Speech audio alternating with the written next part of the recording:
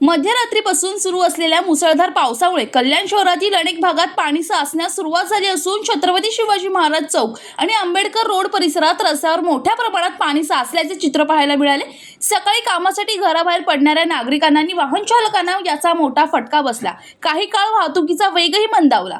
परिस्थितीचे गांभीर्य लक्षात घेऊन कल्याण डोंबिवली महानगरपालिका प्रशासन तातडीने मैदानावर उतरले।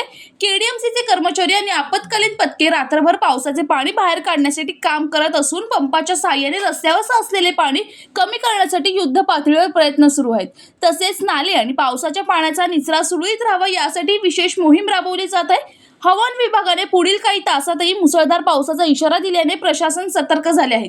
नागरिकांनी विनाकारण घराबाहेर पडू नये आणि पाणी साचलेल्या रस्त्यावरून वाहन चालवताना विशेष काळजी घ्यावी आणि कोणतीही आपत्कालीन परिस्थिती निर्माण झाल्यास केडीएमसीच्या हेल्पलाईनशी संपर्क साधावा असे आवाहन करण्यात आले आहे। पावसाचा जोर कायम राहिल्यास सखल भागातील परिस्थितीवर प्रशासनाकडून सातत्याने लक्ष ठेवण्यात येत आहे। ब्युरो रिपोर्ट, जनशक्ती, कल्याण।